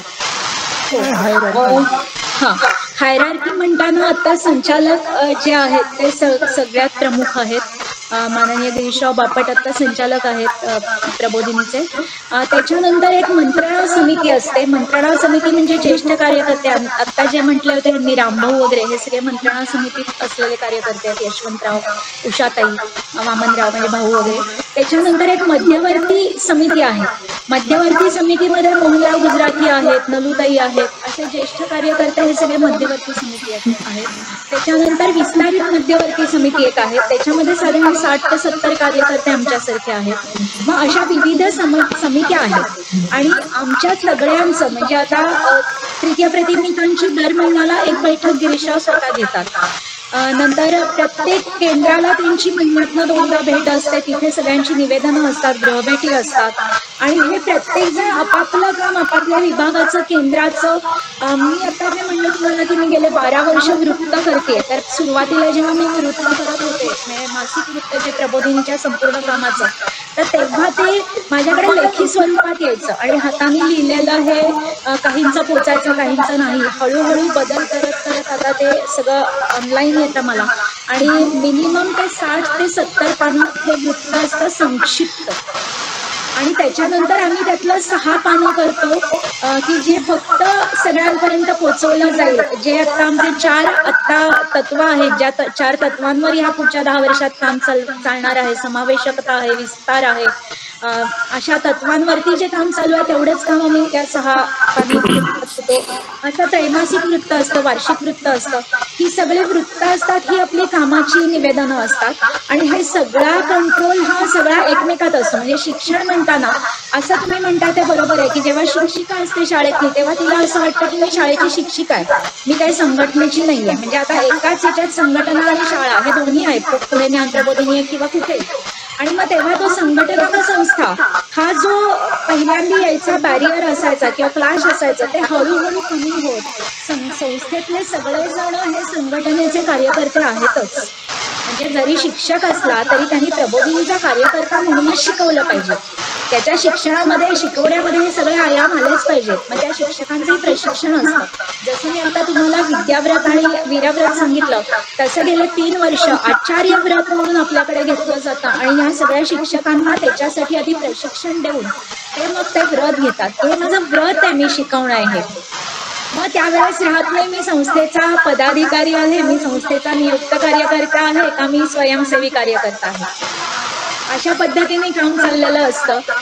सुरुवातीला तुम्ही म्हणतात असे कदाचित मनात लोकांच्या येत असतात ना नक्की काय करावं, पण जसजसं ते आतमध्ये येतात लोक तसतसं त्यांना ते समजत जातं स्वरूप. आणि मग ते स्वरूप फारसं काही क्लिष्ट असं नाहीये. आणखीन छान आनंदात म्हणजे दरवर्षी आमचा एक स्नेह मेळावा म्हणूयात आपण त्याला, सेतुबंधन मेळावा असं म्हणतो. हे गोवारीकर सर, डॉक्टर वसंतराव गोवारीकर पहिले अध्यक्ष होते आणि त्यांनी एक वर्ष सुचवलं 2012 मध्ये की अरे आपण एवढ्या सगळेजण असतात तर कधीतरी एक मेळावा घ्यायचा ना सगळ्या कार्यकर्त्यांचा, सगळे एकत्र येऊ देत ना, एकमेकांना दिसू देत ना कुठले कोण आहेत काय आहेत. आणि मग तेव्हापासून दर 1 वर्ष सर्व केंद्रावरचे कार्यकर्ते आणि 1 वर्ष त्या केंद्रावर. तर यावर्षी आता पुणे केंद्राचा मेळावा झाला, त्यालाही 150 कार्यकर्ते आणि शाळेतले शिक्षक वगैरे सुद्धा, शाळेतले शिक्षक सुद्धा प्रतिज्ञा घेतात. आपल्या ह्याच्या कुठल्या म्हणूयात आता आमचं जे कार्यालय आर्थिक कार्यालय आहे त्याच्यातले सुद्धा लोक प्रतिज्ञा घेतात की मी प्रतिज्ञा घेऊन काम करतोय. मी तृतीय प्रतिनिधी आहे आणि मी पूर्ण वेळ आर्थिक कार्यालयात काम करणारे मी सीए आहे. तरी असे संस्था संघटनांना विणलेला गोफ आहे तो. त्याच्यामुळे त्याच्यात फारसं काही असं काय म्हणूयात आपण ताणतणाव, क्लॅशेस किंवा ओढाताण असं काही होत नाही. कारण हे जे तुमचं जे स्ट्रक्चर आहे ते कॉर्पोरेट स्ट्रक्चर झाल्यासारखं आहे.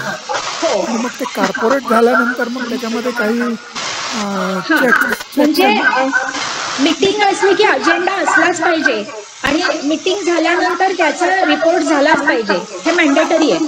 मग ती संघटनेची बैठक असू देत, मग माझी ती एखाद्या स्त्री शक्तीची असू दे किंवा अजून कुठली असू दे. म्हणजे कोणत्या बाबतीत आपण संघटना म्हणून करायचं आहे आणि कोणत्या बाबतीत आपण संस्था म्हणून काम करायचं आहे हे सगळ्यांना खूप क्लिअर असतं. काहीतरी हात वर केलेत. 1 मिनिट, तेजस्विनी आणि सौरभ असं दोघांनी हात वर केलेत. मला फक्त ऍड करायचं होतं. हरिभाऊ नमस्कार, मी सौरभ बोडस, मी मानसीचा मुलगा. तर तुम्ही जो प्रश्न विचारला, प्रबोधिनीमध्ये इंटरनल ऑडिटिंग मेकॅनिझम्स आहेत की बजेट अलोकेशन असेल किंवा अलोकेटेड बजेटचं युटिलायझेशन असेल. कारण जेव्हा प्रबोधिनी एवढी संस्था आपण बघतो आणि बऱ्याच प्रमाणात काही कोटींमध्ये बजेट असतं दरवर्षी वेगवेगळ्या डिपार्टमेंटचं. So there are चेकसम्स. आणि आई मगाशी म्हणलं तसं प्रबोधिनीमध्ये इंटरनल आणि एक्सटर्नल दोन्ही ऑडिटर्स आहेत, जे CAs आहेत जे प्रबोधिनीचा येऊन ऑडिट करतात. तो कुठल्याही प्रकारचा पैसा जो प्रबोधिनीकडे येतो, मग प्रबोधिनी स्वतः कमवलेला असेल, देणगी रूपाने आलेला असेल किंवा प्रबोधिनीच्या कुठल्या तरी एखाद्या न्यासाकडनं आलेला असेल. आता आयुर्विज्ञान न्यास आहे किंवा JPF आहे जे प्रबोधिनीला दरवर्षी गुरुदक्षिणा देतात केंद्रीय संस्थेला. तो त्याच्यावर सगळ्या गोष्टींवर चेकसम आहे. आणि आता मी JPFचा मेंबर आहे, तो मी जे काय देणगी देतो त्या देणगीचं कशा प्रकारे युटिलायझेशन झालं याचा मला दरवर्षी एक अहवाल येतो. आणि साधारण प्रत्येक न्यास त्याला आलेला पैसा आणि दिली गेलेली कामं आणि ठरवलेली कामं ही किती झाली, तुम्ही जे क्वांटिफिकेशन म्हणलं ते क्वांटिफिकेशन हे इंटरनल आणि एक्सटर्नल या दोन्ही मेकॅनिझम्सनी होतं. आणि जर मगाशी आई म्हणली तसं की if anyone is interested they are more than welcome to come. The books are open and you are free to see through. नाही, आपण छापतो आणि वाटतोच, म्हणजे हे सगळं छापून वाटलेलंही असतं, त्याच्यामुळे तोही प्रश्न नाही. हा, तेजस्विनी. हा, नमस्ते मानसीताई. मी तेजस्विनी सतीश आठवले, आता तेजस्विनी पंडित. मी शाळेची विद्यार्थिनी आहे आणि 1991 मध्ये मी 10वीतनं पास झाले होते. मला म्हणजे शाळेची विद्यार्थिनी असल्याचा अतिशय अभिमान आहे. आणि अनफॉर्च्युनेटली मी तुमचं आजचं प्रेझेंटेशन सुरुवातीपासून नाही पाहू शकले.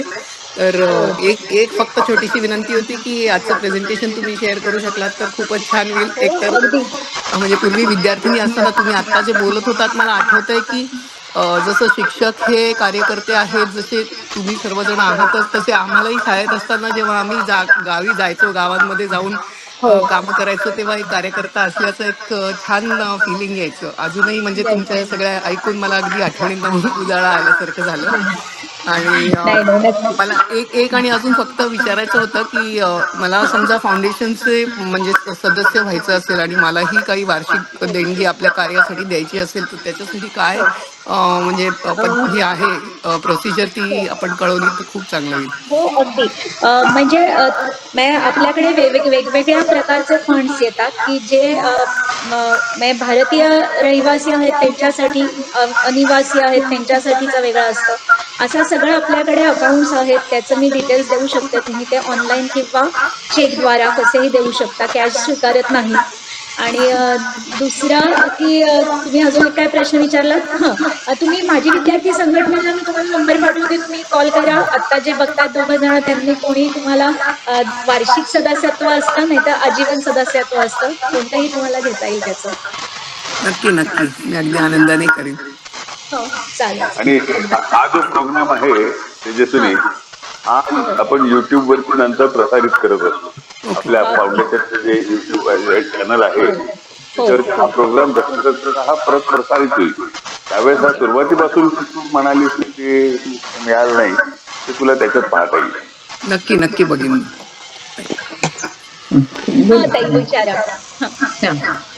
मी डॉक्टर आठवले रावेर जळगाव जिल्ह्याहून बोलतोय.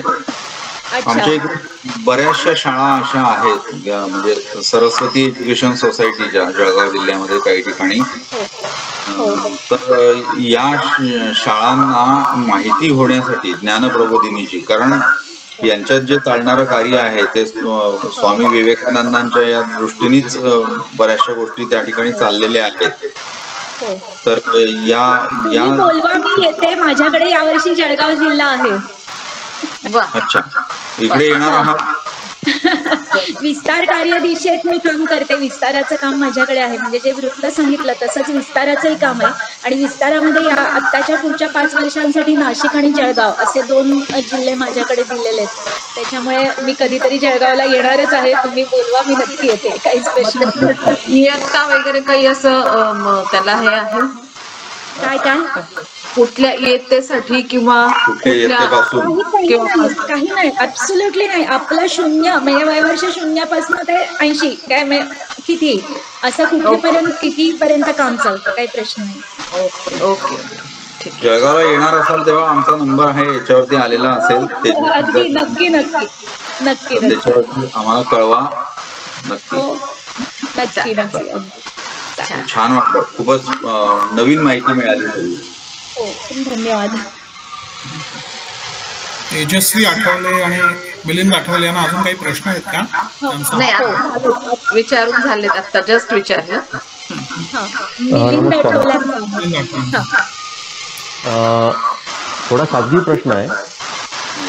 माझा मुलगा यंदा 5वीत शिकतोय वॉलनट स्कूलमध्ये, आणि त्याला म्हणजे आम्ही बघतो की ज्ञानप्रबोधिनीमध्ये ॲडमिशन घेण्यासंबंधी तर एकदा दोनदा त्यांनी अटेम्प्ट केला होता आणि काहीतरी रिझर्वड म्हणून त्यांना सांगण्यात आलं. तर याची प्रोसिजर सांगू शकाल का, कसं काय असतं? प्रोसिजर सांगते. मी मगाशी सांगितलं तसं 4थीतनं 5वीत जाताना फेब्रुवारीमध्ये आपली पहिली परीक्षा होते. मार्चच्या पहिल्या आठवड्यात आपली पहिली परीक्षा होते. त्याला साधारण 1200 ते 1400 विद्यार्थी बसतात. त्यातले आपण 60 विद्यार्थी सिलेक्ट करतो आणि त्या 60ांची परत एकदा लेखी आणि तोंडी अशी परीक्षा होऊन त्यातले 40 विद्यार्थी निवडले जातात. पण त्याच्या पुढचे 5 विद्यार्थी हे वेटिंगला ठेवतो. आणि त्या म्हणजे सगळेच जण ऍडमिशन घेतात असं नाही. बाहेरगावचे असतात, काही मुला मुलींना आपल्या शाळा सोडायच्या नसतात, काही बदली होऊन जातात. असे जे मधले गळतात तर ते पुढचे 5-6 जण असतात ते त्याच्यात ऍब्सॉर्ब होतात. आणि जर तुम्हाला असं कळवलेलं असेल की तुम्हाला रिझर्वमध्ये ठेवलेलं आहे तर तुम्ही शाळेच्या प्रबोधिनी प्रशालेच्या कार्यालयात जरा संपर्क केलात तर ते कळू शकेल तुम्हाला की काय आहे, की रिझर्व आहे म्हणजे काय आहे. कारण जनरली असं होतं की 5वीतनं जेव्हा 6वीत जातात मुलं आणि 5वीत काही जागा रिकाम्या राहिल्या तर आपण 40च्या 40 जागा भरल्या जातील 6वी पर्यंत असं बघतो. आणि मग 5वीत ज्यांनी दिलेली आहे परीक्षा आणि जे असे बॉर्डरला होते किंवा म्हणजे जे रिझर्वला होते त्यांना कदाचित 6वीला परत बोलावून घेतलं जातं. परत त्या 2-3 टेस्ट घेऊन त्यातनं एखादी सीट जी रिकामी झाली असेल ती भरली जाते आणि ह्या पद्धतीने होतं. दुसरं असं अगदी सांगून की इथे कुठल्याही प्रकारचा वशिला चालत नाही. म्हणजे अगदी सगळ्यात पहिलं सौरभच्याच बॅचला सांगेन, त्या सौरभच्या आधीच्या बॅचला सौरभचे जे मुख्याध्यापक होते, प्रिन्सिपल होते विवेक, त्यांच्या मुलाला ऍडमिशन मिळालेली नव्हती प्रबोधिनी. आणि असे प्रबोधिनीतले ज्येष्ठ कार्यकर्ते किंवा कार्यकर्ते आहेत की ज्यांच्या मुलांना मिळालेली नाहीये. प्रबोधिनीमध्ये कुठला अतिशय गोपनीयतेने हे चालतं काम आणि कुठल्याही प्रकारचा वशिला चालत नाही. वशिल्याने आलेली चिठ्ठी नाकारल्यामुळे प्रबोधिनीला एका कोर्ट केस मधून जायला लागलेलं आहे की इथे असं नाकारलं जातं आणि हे केलं जातं. म्हणजे हे टीव्ही दाखवून आणि असं करून त्या केसमध्ये आम्हाला भरपूर मनस्ताप आणि भरपूर पैसा असा खर्च करावा लागलाय. पण हे प्रबोधिनीचं ध्येय आणि धोरण दोन्ही आहे की इथे कुठल्याही प्रकारचा वशिला चालणार नाही. त्याच्यामुळे तुम्ही एकदा चौकशी करा. जर तुम्हाला हे असं कळवलेलं असेल की तुमच्या मुलाचं नाव रिझर्वमध्ये आहे तर यावर्षी मग परत 6वीला कदाचित, आणि जर तो वॉलनटला असेल तर त्याचं CBSEच आहे त्यामुळे त्याला अडचण येणार नाही 6वीला तिथे प्रवेश घेताना. Thank you ma'am. कोणाचे काही प्रश्न आहेत अजून? कोणाच्या शंका?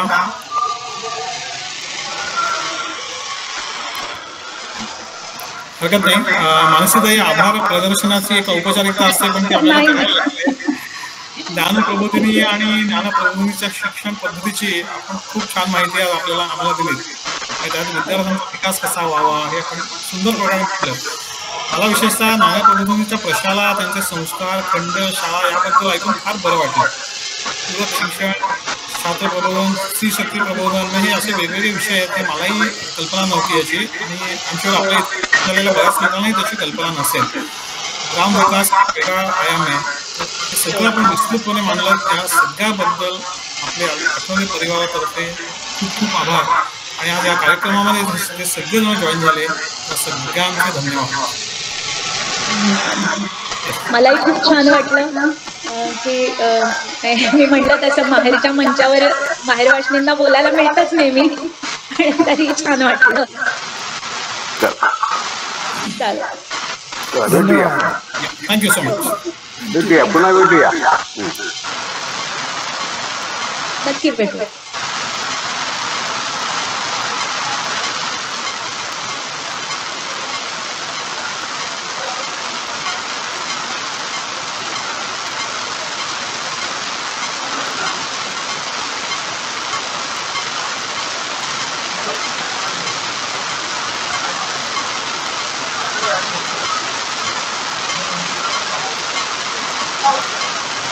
धन्यवाद.